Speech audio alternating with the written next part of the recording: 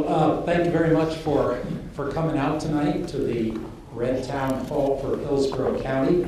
My name is Ray Chadwick, as you know, and I'm the Regional Vice Chair for Hillsborough County. This is one of a series of town halls that the state party is holding throughout the state. There's already been one up in Region 1 up in Coas County, and so there'll be more as we go on forward. As you know, the acronym RED is one that was generated by Jeannie Forrester when she started her campaign for state party chair. And the acronym stands for Rebuild, Energize, and Deliver. Basically, rebuild the party, heal some of the fissures that came out of the fact that we had 16 different candidates running for president and people like this one or that one. Put that all back together, energize people, and deliver results in 2018. So that's the purpose of tonight's meeting. And it's also a thinly veiled attempt to get people to come in here, get your names and addresses so we can hook you up to volunteer for our candidates next year. So that is the plan, and once again, I thank you for coming out tonight. So we'll get started. We have our speaker tonight is Senator Chuck Morse, Senate President Chuck Morse. And he's quite a distinguished career here. I've got a little bit of detail, which I'll start with. But he's been 4 years in the House and then in the Senate in 2 different chunks. But he has been the Finance Committee Chairman in the Senate. So he is Mr. Knows Everything There Is to Know About Budgets. And along that, he's been the architect of the last 2 budgets, particularly the one where we had a Democrat governor who attempted to veto it all because she didn't like the idea that they were trying to reduce business taxes. And that has now become a feature of 2 budgets in a row. They're in the process of filling back up the rainy day fund. And basically in the next session, there will be people looking to reduce interest and dividend taxes. So there's a lot of good things going on there. Chuck has got a series of awards from various organizations on his website, too long for me to read or remember. But he is a small businessman. He has 2 businesses, Freshwater Farms and Garden Center, and Granite Creek Farms as well. BA in, Bachelor of Arts from Plymouth State University, and the senator is married, his wife Susan. And we are going to introduce him right now, Senator Morse. Senate President Morse, a big hand for him. Thank you for coming. Thank you. Thank you. Well, thank you for coming out. And you missed the best part. I do have a daughter. Her name's Emma. She's 22. She calls me every day, somewhere around 4 o'clock. That was witnessed this afternoon. And she's studying radiology because she doesn't want to work 7 days a week, 24 hours a day, owning nurseries. Having said that, I do want to make it clear. I've been finance chair 3 times in the Senate. I've been Senate President 3 times, and I've been governor for 2 days. So it's a distinguished career, and it's an honorable one. But I think recently you've seen what's happened when we have a Republican Speaker, a Republican Senate President, and a Republican governor. I think it's all about leadership. I think that's what has happened this past 9 or 10 months in the state of New Hampshire. I certainly give Chris Sununu total credit for getting us together as Republicans and making sure that the ship was sailing straight. That's what we did. We certainly delivered a budget that made sure we reduced business taxes because Chris wanted to drive the economy. So we reduced the BPT, we reduced the BET, we got rid of the electric consumption tax, and we let businesses invest $500,000 a year like they can federally. Jeannie Forrester presented that in 2011. There was no way we were getting that passed back then. It's a good way to get people to think about investing in their own businesses right here in the state of New Hampshire.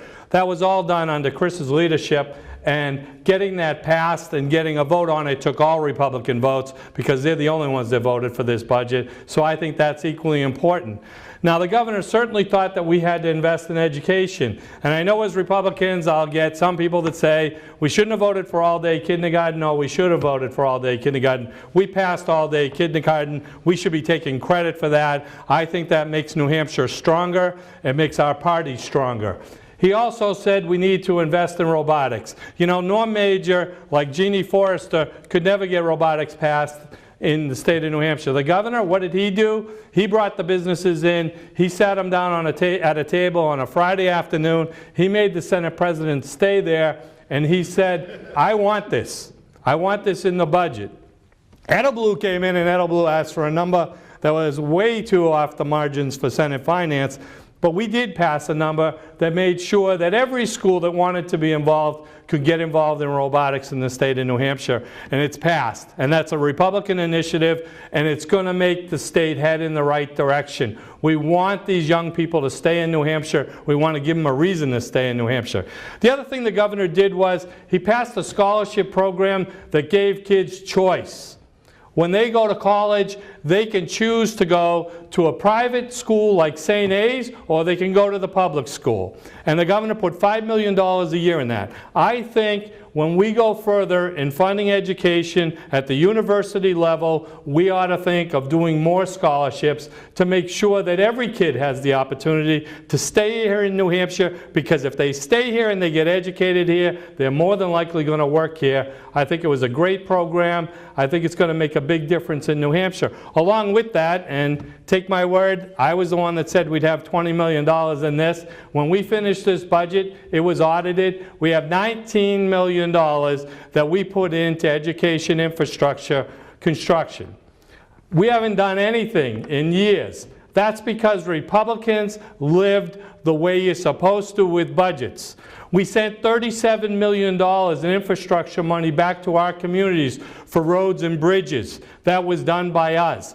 And we ended up with over $100 million in the rainy day fund. I've been fighting for that for years.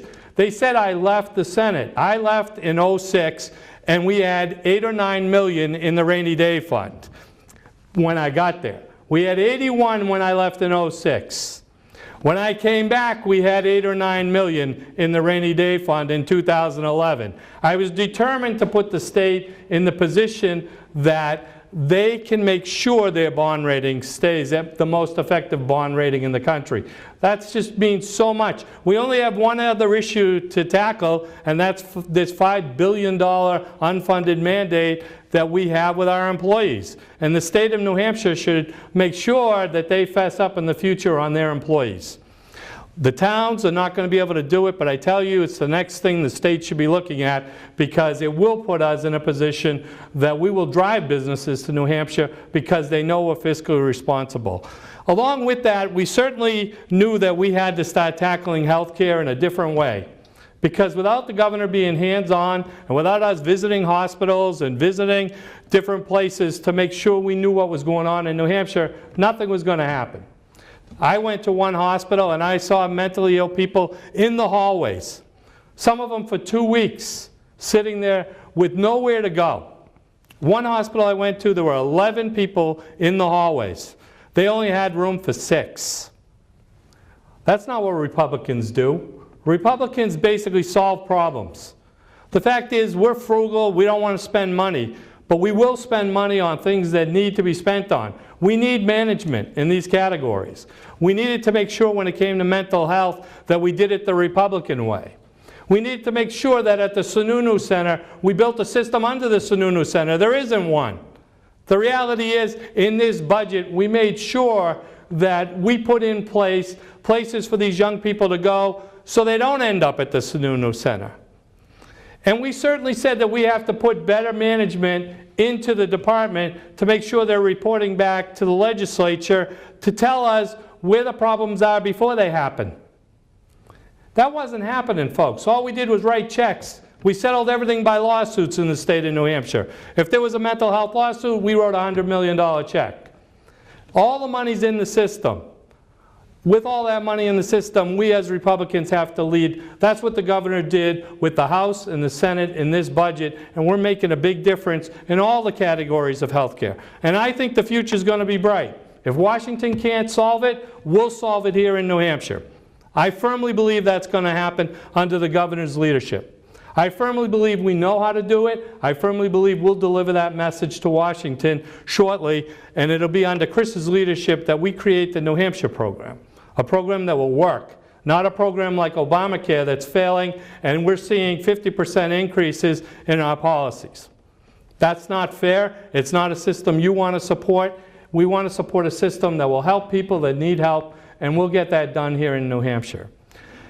Now, I certainly believe that doing these events are a great thing. I just don't understand why I drew Ashland and Lancaster, and tonight's a win. It's real close to home, and I certainly thought that taking this one was a great opportunity. But when you take these opportunities, you're really taking them because you want to answer people's questions. I think people think these budgets get written in some dark room and then come out and Senator Morse was the lead guy, did it, and it's over. There's 400 people in the House that get to vote, 24 people in the Senate that get to vote, and this was the toughest budget that I ever saw. Governor Sununu was on the phone, I was out speaking to people, Sean was calling his people. The reality is, to pass a budget in the state of New Hampshire takes effective leadership. And the reason we're coming out now is we're starting the next one. The reality is we get done one budget and we start the next one. And when we start these things, we have to be out listening to people. The governor's got it right. We have to stop putting all these mandates on businesses. We need to cut it out. I heard it again today about health care. I saw the documents. They were sent to me by multiple people before I went to a meeting I went to today. And the reality of all these documents, my first question was, who's going to read them? Because that's typical of any government. And these were started under Obamacare. Why would they want to start a system that effectively was to make sure everybody was insured and then turn around and put these burdens on the businesses that are trying to deliver to all these people? It makes no sense. I think what we have to do as effective leaders in this state is to make sure that we cut that all out. We have to make sure that businesses can function. I can assure you, I'm in the nursery and garden center business. I own trucks. I call people and ask them how they deal with the same rules that I have to deal with my trucks. They don't. I'd rather pay the fine. I can't do it. I don't have that many employees. Ask my wife how hard it is. The reality is, she used to just make sure that she took care of all the human resource stuff in our company. She now takes care of that. She takes care of the computers, and she takes care of all the trucks. The reporting on those vehicles is intensive. And if you're a Senate president, you got to do it right. I'm not sure everybody else wants to believe that message, but I heard someone say just as I got here that I should start tweeting. Al, you're never going to get me to tweet.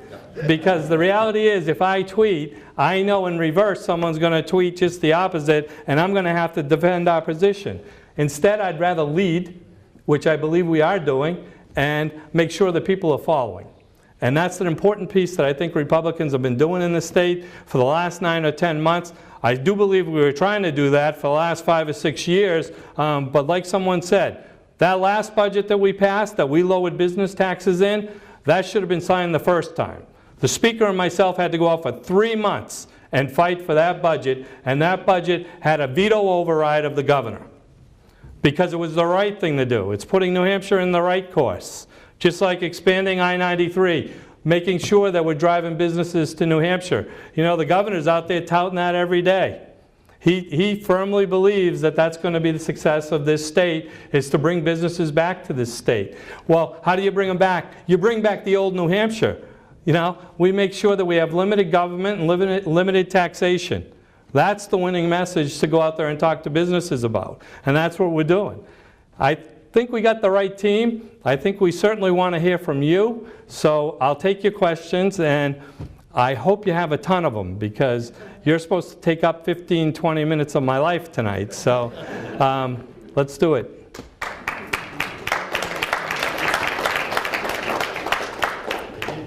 Thank you, Senator. Questions?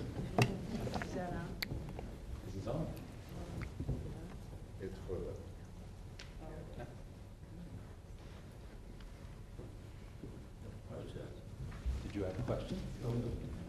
Why not, Al? Senator, it's always an honor to see you. But anyways, we talked earlier about Medicaid expansion. Can you, many of us, of course, want to get rid of it. But can you actually talk about where we're at with this, where we're at with the waivers, and the benefits of keeping that in place? Yeah, there's several things going on. The budget that everyone just voted on had in it that work requirements had to be passed by the federal government or we'd eliminate the Medicaid expansion program. I believe the federal government's going to give every state work requirements. It just makes sense to have that. So ours has been filed, I believe, as of last week. I believe the federal government will respond fairly quickly to that, and we'll get that passed. But that's not the answer. I'm not in Washington. I don't intend to be in Washington right now. But the reality is, I think Washington needs to figure out how much money they have that they can spend and tell New Hampshire what that number is and block grant New Hampshire and let New Hampshire create a program that basically does what hasn't happened in this state. We need to make people accountable. If people don't understand what they're paying for, it's not going to work. Our own state employees living under their health insurance plan are more responsible than the federal government is today. Our own state employees endorsed Compass as part of their program, and they certainly look to that for incentives to make sure that people understand what they're paying for that x-ray. My wife just went to have an x-ray. She got bit by something. It was swollen. She couldn't move her hand. She went to the doctor. The doctor says, well, I'll get the swelling down first. I want you to go have an x-ray down the street. So my wife reluctantly went down there because she just as soon not do that. And she said to them, how much is this going to cost? How many people do that? And the woman said it was $500 or $600, but a year ago it was only about $150 until the hospital bought them. Why? And that's what we've done to ourselves in the state of New Hampshire. I think we have to start making people accountable. My wife was asking because we had to pay our deductible. So she was just trying to figure out what it was that she was getting herself into. She thought the doctor was crazy sending her down there, but she went down there. She gave him a piece of her mind later, and he said, I thought the same people still owned it. And he is a pretty good guy at being conservative, although he's changing his health care tune lately, and I really don't need another physical because I don't need to hear what he thinks should happen. But I think the only way New Hampshire can show the nation how to do what needs to happen in health care is to basically start to make people understand. There's no doubt in my mind that if we give people a hand and we have health care for everyone, there's going to have to be carrots and sticks. There's going to be some times where we certainly think that they should go to have the procedure done at a cheaper price, same procedure. We certainly believe that. Talk to Nick Valis down here. He'll tell you that. He's impressive to talk to. I've certainly interviewed him enough times now to understand that that's where New Hampshire should be headed. But there's going to be other things that we should be doing. You know, if someone's willing to not pay $5,000 for the procedure and do it at $1,000, maybe we give them the ride to get there. Maybe we give them a card to Walmart. I'm not sure exactly what the carrots are, but the reality is those are the things that the federal government aren't even looking at. All they want to do is basically say we insure everybody. We started down that road in New Hampshire. I wrote Senate Bill 413. I wrote it with Republicans and Democrats. I wrote it for one reason. New Hampshire's uncompensated care at the time was $429 million. That was all going on your insurance policies. That's how it was being paid for. And I said, we got to help these people, these hospitals, get money. And the reality is we did. We've got over $400 million a year coming in health care right now, but we didn't fix anything. All we did was we went after money to get money in the system in New Hampshire. We didn't teach anyone anything. And that's the part that I think we need to come back and fix now while we have a Republican president, while we have a Republican Congress and a Republican Senate. They need to get it done. If they can't get it done, we ought to send it to them. And that's what I believe the governor wants to do. And I believe that's what we will do. Senator, can you comment a bit on Senate Bill 3 and election law reform and the status of all that? Well, I'm a firm believer that in election law reform, the first and most principal thing is that everyone's vote should count in New Hampshire. I just think that's common sense. Beyond that, I think the one thing we learned as a party this time is if you're going to fix something, take a bit and fix it. Then take another bit and fix it. What is wrong when we say you have to have an ID to vote? It worked. you don't hear anybody complaining about it. That's gone. That complaint's gone. Now the complaint is we put Senate Bill 3 in, and basically you have to come back 10 days, 7 to 10 days, and prove that you live in this state. What's wrong with that? I don't see anything wrong with it. And if you think about what the court said in this situation, they basically said what we did was right. Our fines may be a little too aggressive. Well, you know what? As a Republican that's principled, that stands for everyone's vote counting, I can reduce the fine if that's all it takes to make sure that our principles live. And that's what we should be doing. You got to do better than this. What do you have next on the list for tax reductions after doing business taxes? Yeah, I firmly believe in this coming year, and I'm certain, just knowing all of you, you're going to bring in tax reductions.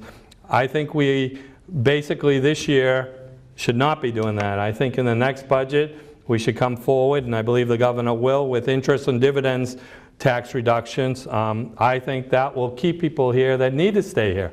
You know, our workforce, it isn't getting any larger. People aren't having as many kids, and the reality of keeping people in the state that are retired is very important. So I think we ought to look at the interest and dividends tax and start to lower it, and I think there's probably a common sense area where everyone can agree, Republican and Democrat there. Senator Bradley says, don't lower it because I don't want anyone saying it's because of me. But the reality is I think it's because of everyone. Most people today are trying to plan, but you know, it's going to need work, and that's the next tax I think we should address in the state of New Hampshire. Thank you. Chuck, when we talk about bringing businesses to New Hampshire, obviously taxes is a big item, regulations, but the other big item that any business is going to look at is energy costs, and they're still too high. What can we do to bring the energy costs down to make it easier for businesses to afford to move here? Well, I think first of all, and I'm no expert, but I mean, the reality is if we don't have more sources, we're not going to drive down any costs. So as we talk about natural gas and we talk about hydropower out of Canada, we can't be getting in the way of these things. We need to let them go through the process, and we need to make sure that there's public debate on it. Now, having said that, I certainly did not appreciate the fact that one company came into New Hampshire, was going right through Pelham and heading north, wouldn't go talk to people. You know, that is just a New Hampshire way.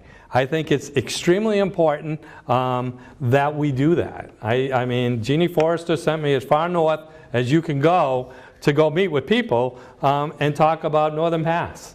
And you know what? I certainly listened. And I certainly heard people say, at a room full of people that originally I thought wanted to cut my head off, say, you know, I could support it if you buried it in my area.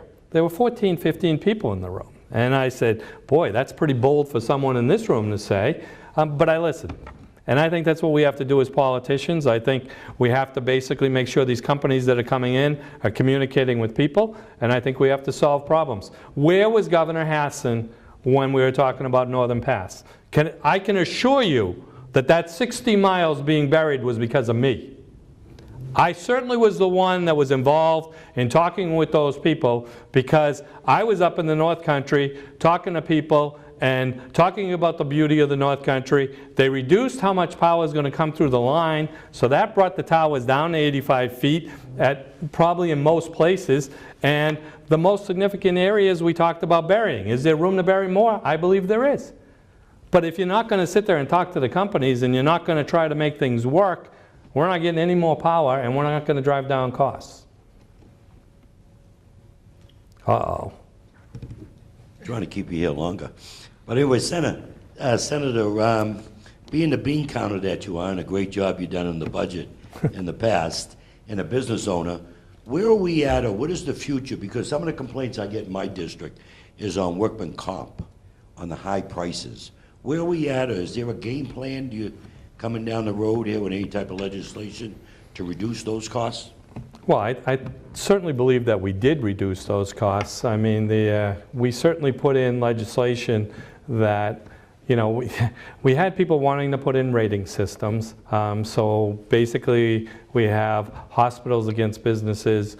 That wasn't the way to go. And we certainly had a lot of people upset when that meeting was over. You know what the Senate President did during that phase? The Senate President brought the two most important people in that debate that contributed to it. He brought them in the office. He held in front of them the scorecard from the Senate. He certainly didn't show it to them.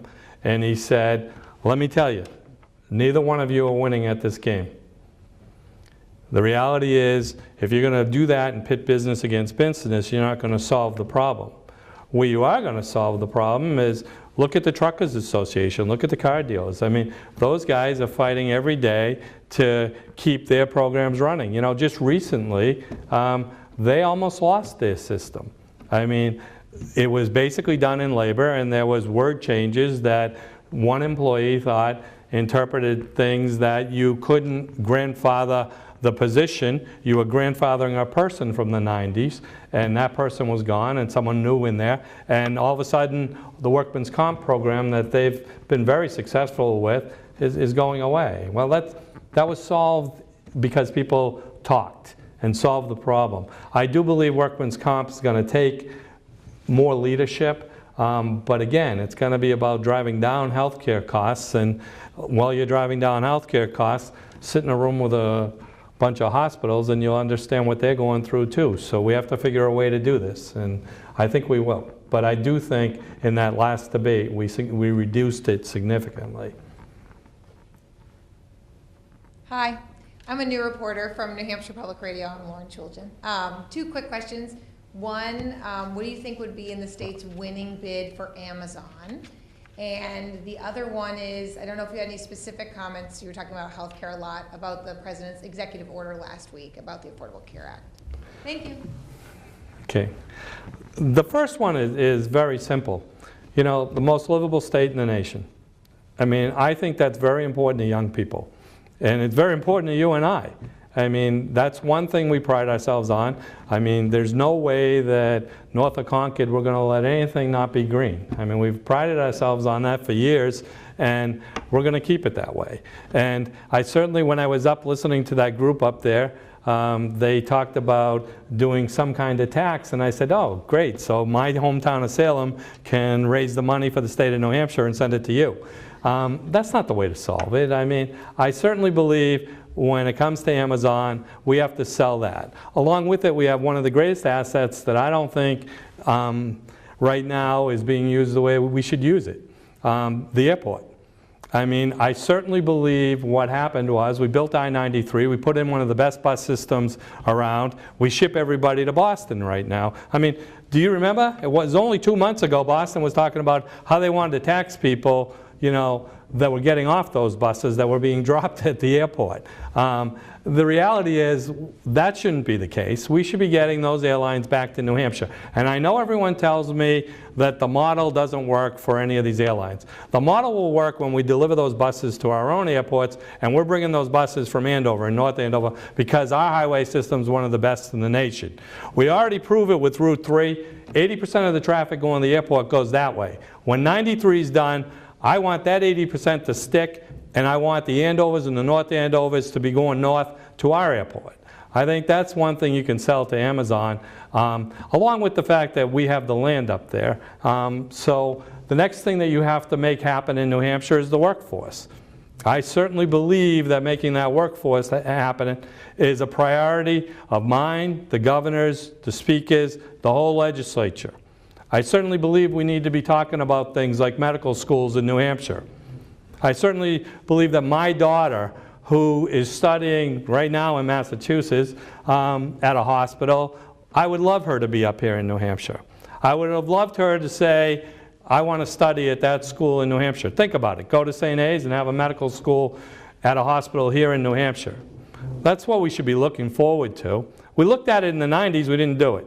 Why? Because our own university system turned it down.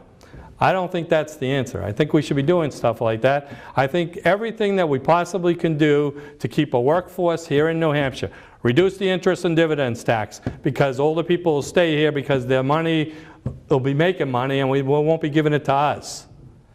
Those kind of things are the things that'll make a difference to a company like Amazon, that young people want to be here for the right reason. I certainly believe that's what the governor's pitching to them right now. Look, getting through the first round, it'd be a huge statement for the state of New Hampshire. I'm looking forward to that. So, your next question, I'm not as familiar as everyone else on what the president just did. I certainly don't want to tackle that one right now. I believe that Washington needs to tackle health care. How's that one? And it's not just the president. I think the legislature in Washington needs to stand up and get it done right now. If they don't, I can assure you we will send that message back.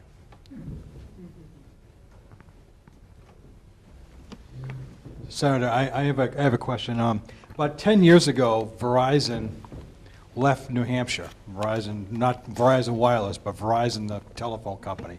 They sold the company to what was here to Fairpoint Communications. One of the reasons why they left here, because they were going to provide competition to Comcast in a lot of the southern tier towns, like the one I live in Merrimack. I'm sure in your town as well.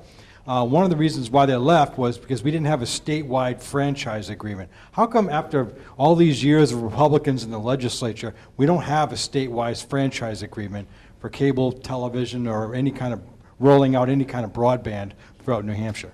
I don't know the answer to that, but I can tell you, when you say we were in charge, Governor Benson was back in 2004. Chris Sununu just came in. In 9 months, we've done more that's been done in all the years in between. So the reality of bringing that to the governor and talking about it and figuring out how to drive that into our state, I think it's a great idea. I said that this afternoon at a meeting I was at. I said, you need to bring this to the governor. He'll understand why this needs to be cut out, why it doesn't make any sense to fill out this document and send it to somebody that's not going to read it. You know, so I do believe you have an obligation to talk to him and let's get things rolling. I mean, I don't know much about that subject except for the fact that I don't believe, and this will be interesting, you know, as we sit there as Americans and wonder why people aren't saluting the flag, right, and we're all still paying our cable bill. Think about it. As Republicans, we would have woke up a long time ago and said, here's a way to get everybody to salute the flag. I mean, it just doesn't make sense to me that we're not thinking in anywhere in the country. I mean, we certainly have seen our cable bills go from when I was a selectman down around 20 bucks in the 90s to wherever my wife decided to bring it, and she's frugal. It's just, a lot of it's paying for some of the nonsense that's going on in the country. You know, the one thing, Donald Trump and I may not agree about, you know, a ton of stuff. But the reality is, I had a huge debate the other night about Christmas with a friend of mine, and I wasn't letting him win. And the reality of what's going on in sports, I got a 22-year-old daughter. I remember when that daughter was about 3 years old and what was going on in Washington and how I was disgusted as a parent. And the reality of what's going on with that right now, it doesn't take much to say to your daughter, what do you think? And she certainly would never sit on her knees and not salute the flag. So I think the president got it right. I think delivering that message to the public is extremely important. It's important for a lot of reasons. There's 424 people that are in the legislature and then the governor. I got to tell you, we have more respect for each other up there than anything I saw happening. There's no doubt that that system works in New Hampshire. We support our state and the country, and we believe in that first. And I think that comes over party anytime. Sorry I can't answer your question, but I will next time. Right, Christy? Senator, I have a question about identity theft, and specifically driver's license, acquiring fraudulent driver's licenses from the DMV. There's been a rash of stories for those from Massachusetts and also in New Hampshire. People getting arrested getting false IDs? I'm not an expert in that subject. I mean, if there's something we should be looking into, we will, but the reality is I'm not an expert in that. Senator, do you mind taking a deeper dive into Keno, the funding of it, and how the money trickles down into the communities?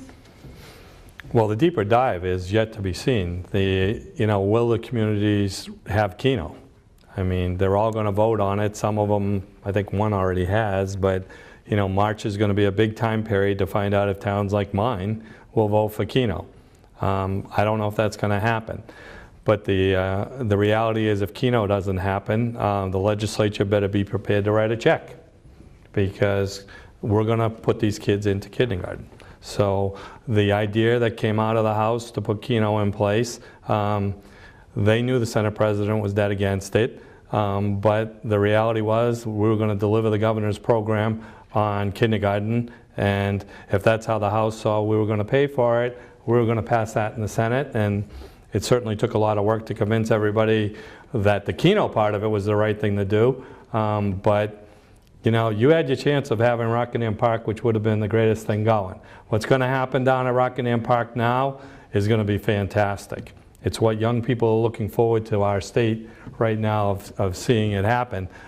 They want mixed use in the same area. We have 170 acres. There's going to be about 600 people living there, and there are going to be businesses in there.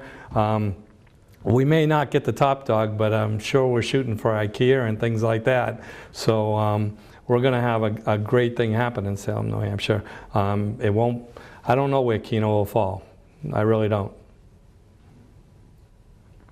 Sorry, to go back to the standing for the flag, whether or not we agree with the protests or the nature of the protests, what gives us the right to tell them what to stand for or support? I think that's pretty easy from my point of view. People gave their life to fight for this country, and they certainly used the flag as the symbol for that. That's it.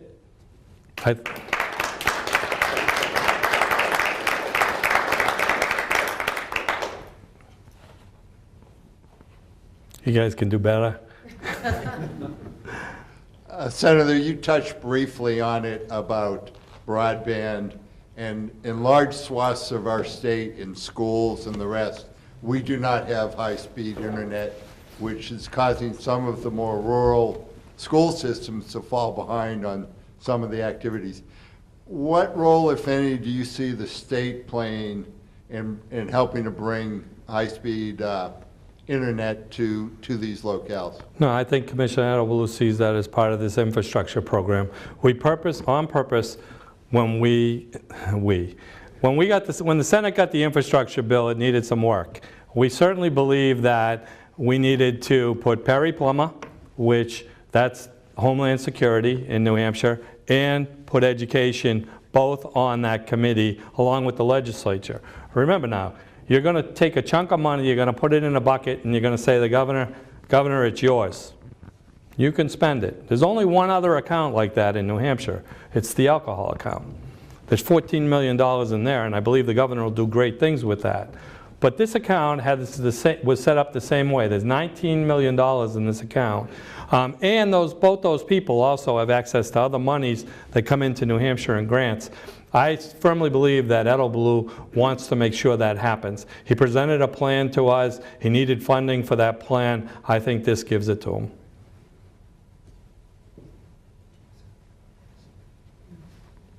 They're making you work.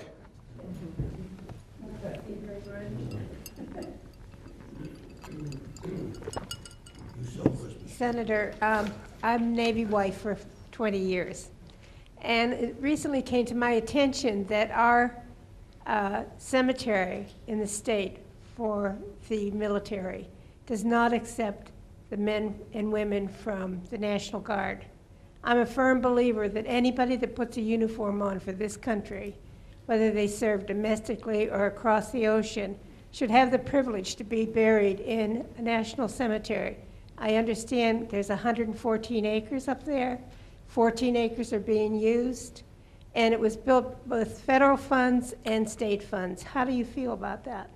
I wasn't aware of it, but maybe Al knows more about it than I do, so. We've been working on this for a few years here. Frank Ginter was going to put legislation in because the federal government has to change the law in order to do this. But what happened is he didn't get reelected and the legislation died. We're working on probably a project maybe up north for another cemetery. We need Congress to make the changes, and we're going to be briefing Governor Sununu on this because I just got the phone call once again. I've been on this for the last 4 years, and we haven't any luck. I talked to Governor Sununu about this recently at fundraiser. It's a federal issue. And he said that it's just a matter of getting an okay from the federal government to do that. We haven't got it yet. We've been working on it for a while. Do we stump them? I think so. Going once, going twice. Questions? Oh, we have a question in the back.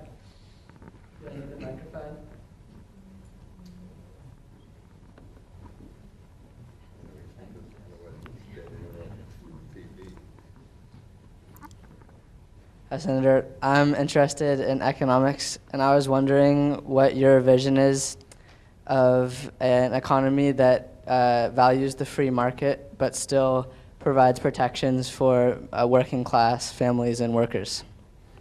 Yeah, let me put it, I went to Governor Hassan in 2011 with what I envisioned needed to happen in New Hampshire. I mean, I certainly believe that we needed to expand I-93. I certainly believed at the time putting gaming at exit 1 should have been part of that plan. And I thought we had to start lowering business taxes in the state of New Hampshire. Beyond that, I think we as a government need to get out of the way. And as for our social responsibilities, I think you got to be careful. You know, businesses certainly understand what they need to do when they have an employee that their mom or dad goes in a nursing home or they're at that point of making that decision, i.e. me. I certainly had to take time from my business and the employees had to step up. I certainly will have employees that are going to have to do the same thing, that I'm going to have to do the same thing for when they have to make that. Or the fact that 2 of them had babies in the past year and they've had to leave work several times a week in order to go take care of what they had to do at home. Not every family is the mother or the father the breadwinner today. It's every situation. I think I've adapted to that as a businessman. But I don't think the government needs to come in and tell me that they're going to hit my payroll tax, and in my payroll tax, I'm going to fund the fact that someone needs to take 3 months off to put their parents into the nursing home. I went through it. I worked my tail off. Both my parents went in at the same time, within 6 months of each other, and I dealt with it. And my employees are dealing with having children. We dealt with it. I think businesses understand that. I think that's just a good business person is going to survive that way, and I certainly believe you wouldn't look to take a job with companies that don't think like you think. I mean, I think that's important. But we certainly have people in Concord right now that believe we need to set up systems that basically let you to volunteer to be part of it as a business. Let me tell you what volunteerism means in the future. We first start a system that we put this in place, and then 2 years from now, we come back and we say, well, let's just attach the payroll taxes a little bit. Because basically we can take in unemployment, we have to keep like $275 million in that account. Anything over that, let's just take a little bit of it right now. Well, when it hits a trigger, then my taxes go up for my payroll. So now that employee that I'm trying to give a bonus at Christmas, now I'm paying on 50 employees. 50. I'm paying a tax into unemployment, that decisions that other companies can make on their own and people can make on their own. I think it's important as a society that we think about how we want to tell people to do things. If we firmly believe that people should have the right to vote, you know, people should have the right to salute the flag or not salute the flag, you know, that's fine. If you believe that, then why are we out there telling businesses what they have to do every day and what social things they have to do to keep up with what everybody wants? It won't work. It won't work. The payrolls in these companies won't sustain it. I think it's just the wrong message to be sending.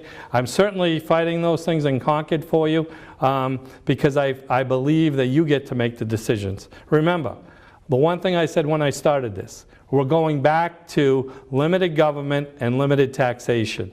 That's where New Hampshire should be. We will get those companies to come back. I'm going to leave it at that, but let me just say this. I think you have an awesome responsibility. You have a Republican governor right now that needs to get reelected because the reality of a governor in the state of New Hampshire putting their plans in place in 2 years doesn't happen. What we've put in place in 9 or 10 months is exceptional. It's going to drive the future. Remember, we were the last ones to come out of the recession in the state of New Hampshire. I can assure you that's on my mind and on the governor's mind and on the speaker's mind why we're doing what we're doing. We want this economy to last for a good long time. But we have a responsibility to get him elected. And you have a bigger responsibility. That's to make me the next Senate President. So thank you for coming out tonight. Thank you, Senator. Great having you. Thanks. All right, folks, so thank you for coming out, and enjoyed having you here. Great questions. Have a good night.